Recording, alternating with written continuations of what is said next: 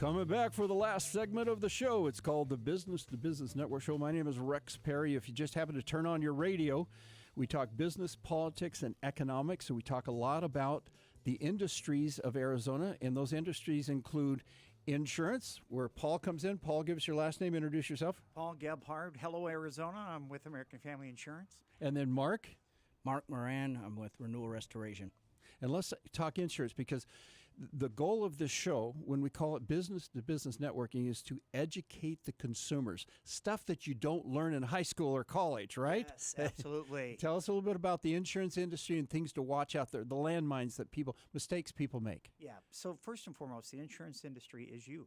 Yeah. We are the industry. Because we are all paying our premiums. Absolutely right. And that's how we help our neighbors. Yeah. That's how that actually works, Rex. But what we try to do is give you the education to help you make good proactive decisions. That's the key.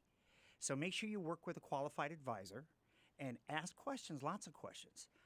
One of the things to be careful of, specifically in the homeowners insurance sector, Yes. is not filing what's called frequent claims over severe claims. One claim every 20 years that's severe, believe it or not, is looked more favorably than, say, someone who files a claim every couple of years. Right. Because now insurance companies more than ever are starting to non-renew people. Yes. They got to get profitable. It's all about combined ratios, right? Loss ratios, that is. So make sure you're working with somebody and you're being proactive in that process.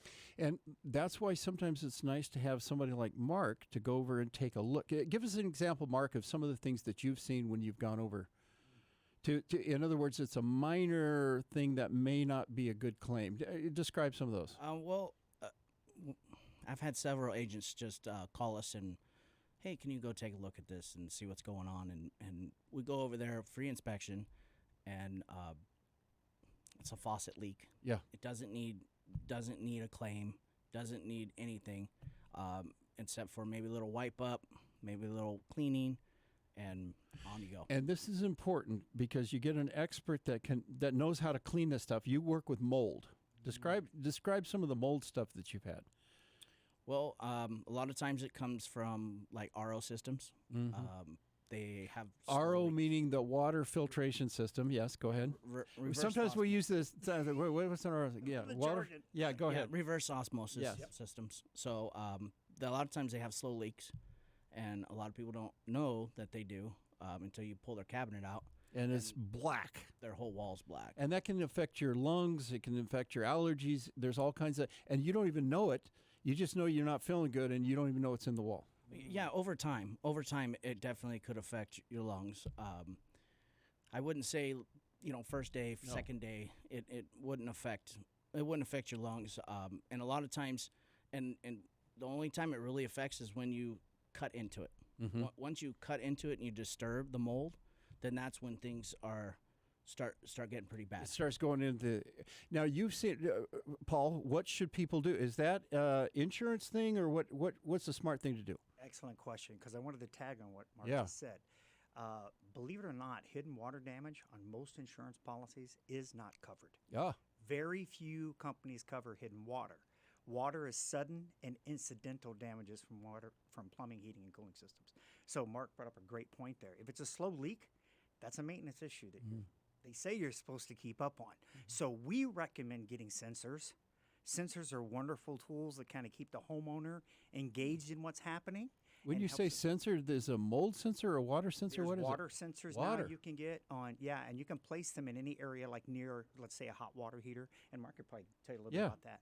But Mark, you want to pick that up? Yeah, what's this? Yeah, so they're sensors that go on all your lines, and if the water there's too much pressure coming out of it, the sensor will kick off and it will go to your phone, and it will alarm your phone saying, "Hey, something's wrong." So you have somebody go look at it. Yeah. A lot of times, what happens is the agent will let me know, "Hey, this is what it's saying on the policy," so I know walking in, this is what we're looking at. You got to see it. So then I go back to the agent, let him know, hey, I don't think this is covered, but here's where we're at. Yeah. And you were going to say something about that. Yeah, 100%. So because you're proactive in helping the insurance company mitigate losses, avoid expenses, many of these companies now will give you substantial discounts for these sensors to be installed. Some of them will even connect you with vendors that offer them. So wonderful thing to definitely consider. How much do they cost, approximately? Yeah, just a round figure. I don't know. Do you have any idea on cost? It's definitely worth it because you could be having major damage that you don't really realize it because it starts so slow. Yeah, I mean, I've walked a lot of homeowners through it. Yeah. I've never actually purchased it myself, but I even though my business is created off of, water damage, my biggest thing is I push for preventative. Yeah. Like, I don't want people to have claims. Like, I want them to be able to take care of their home. Yeah, that's good. And Paul, we got about 60 seconds left. How can people reach out to you? Because you're a good educator. How can people reach you and ask if they just want to ask questions on what to do? How do they reach you? Actually, all my clients are kind of like family. Okay. So even the prospective clients, they can reach out to me directly from my cell phone. So that would be 480-213-9787. Again, that's 480-213-9787. So this is your cell phone. They can text you. They can text me, they can call me with any general question. I love to help people. It's part of what we do. And this is where you need a good insurance agent that you don't have to jump through a whole bunch of gatekeepers to actually get somebody that can help you out and address the question. Well, I'm so glad you brought that up because here's the old rule of thumb. You can get an advisor and be proactive, or you can hire an attorney and be reactive.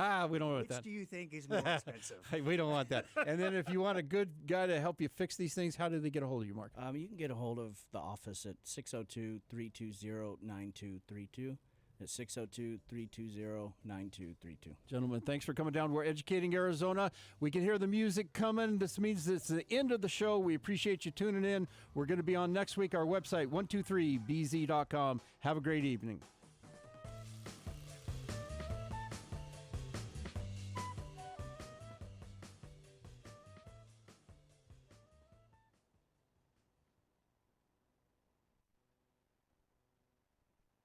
You got it. And then can you go get your roofer?